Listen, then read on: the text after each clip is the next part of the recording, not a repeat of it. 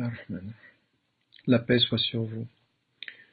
Dans cette vidéo, j'aimerais dire un mot sur la situation au Maroc, sur ce qui s'y passe et sur le mouvement Hirak qui, depuis près de 7-8 mois maintenant, est en train de mobiliser des jeunes et des moins jeunes dans le Rif marocain, pour faire entendre une voix qui est une voix qui a des exigences à la fois sociales, politiques et culturelles, et qui sont importantes, et qu'il faut entendre, et qu'il faut aussi, par rapport à la stabilité qui fut celle du Maroc jusqu'à maintenant, quand on voit le désastre de ce qui se passe au Moyen-Orient, on a un pays ici qui a gardé une certaine stabilité, qui a ménagé d'une certaine façon le cadre politique sous l'autorité du roi du Maroc, du Marzan comme on l'appelle, et puis avec les changements et les réformes politiques. Il reste que aujourd'hui, au cœur du Maroc, il y a des voix qui se font entendre, une mobilisation populaire qui dit un certain nombre de choses qu'il faut entendre et dont on ne pourra pas simplement faire en sorte d'éteindre la voix ou de ne pas entendre des revendications qui sont légitimes pour l'avenir du pays. Alors on peut effectivement continuer à dire c'est une fitna, c'est de la division, c'est la volonté de scinder le Maroc, de lutter ou d'agir contre son unité. Il n'en est rien en fait, et si on entend les voix qui sont les voix qu'on entend sur le terrain, les activistes, ceux qui portent une parole, ils demandent d'une certaine façon et ils rappellent une histoire qui veut ne surtout pas reproduire le discours colonial, reproduire ce qui fut le discours colonial en Afrique du Nord et par rapport au Maroc. Il ne s'agit pas, en l'occurrence, d'une parole qui viendrait du Rif et qui serait contre l'unité du Maroc. C'est au nom même de l'unité du Maroc, de la transparence et de la démocratisation du pays que ces voix se font entendre et qu'il faut les entendre à mon sens. On ne pourra pas se satisfaire ou finalement se taire quand des leaders de ce mouvement sont mis en prison ou qu'on parle de fitna ou que l'on dit d'une certaine façon que l'on utilise tout à coup la voie religieuse pour discréditer une mobilisation sociale et politique d'une certaine façon, clairement politique surtout, et de faire en sorte de ne pas entendre ces voix. Alors ce qu'il faut entendre sur le plan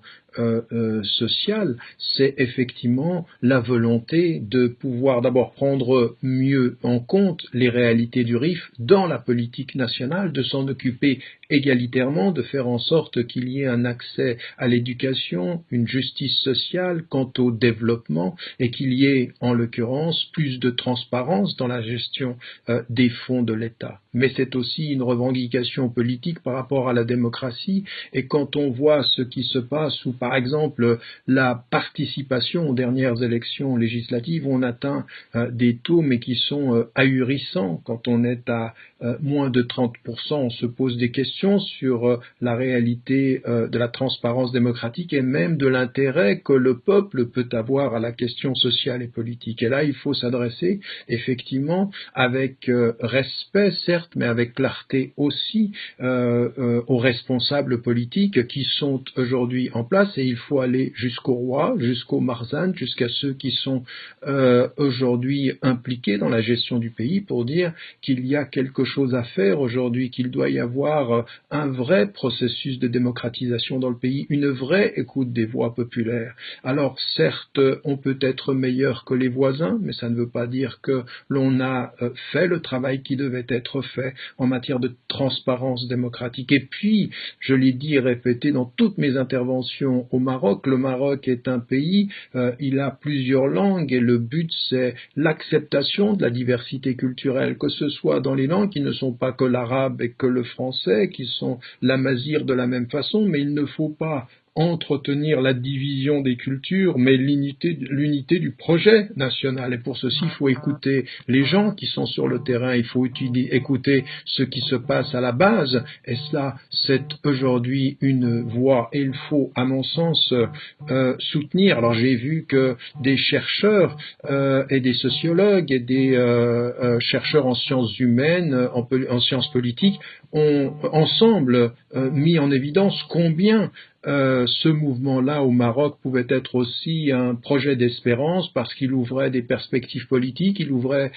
pour le Rif, mais pour tout le pays, des vraies questions sur le plan social, sur le plan de l'égalité nationale, sur le plan politique, de la transparence et de la démocratisation et sur le plan culturel, de la diversité de ces cultures qui forment le pays. Il faut l'entendre. Et la répression ne sera pas la solution. L'insulte ne sera pas la solution. Le fait d'utiliser des termes qui donneraient une crédibilité au pouvoir aujourd'hui en parlant de fitna ici ou en parlant de dissension ou de division ou de sortie du religieux et d'utiliser le religieux contre des revendications qui, en fait, du point de vue même des principes de l'éthique religieuse, sont plus justes que fausses, eh bien c'est une erreur. Et donc on en appelle aux autorités politiques et aux plus hautes instances et jusqu'au roi du Maroc à entendre ces voix de justice et à faire en sorte que le peuple marocain les entende aussi avec beaucoup de dignité, sans violence, mais avec la force de ceux qui disent aujourd'hui que leur dignité, elle est dans l'égalité et dans la liberté, elle est dans la justice et dans un processus de réforme pour plus de démocratie et moins de corruption. Voilà, c'est une position de principe, elle est importante. Il faut que ces voix soient entendues et ça fait partie de l'avenir du Maroc, mais quand on parle de l'avenir du Maroc, on parle presque de l'avenir aussi de toute l'Afrique du Nord et de l'Afrique aussi. Que Dieu nous aide. Wallahu a'lam wa ala wa ahkam. La paix soit sur vous. Assalamu alaikum wa rahmatullah.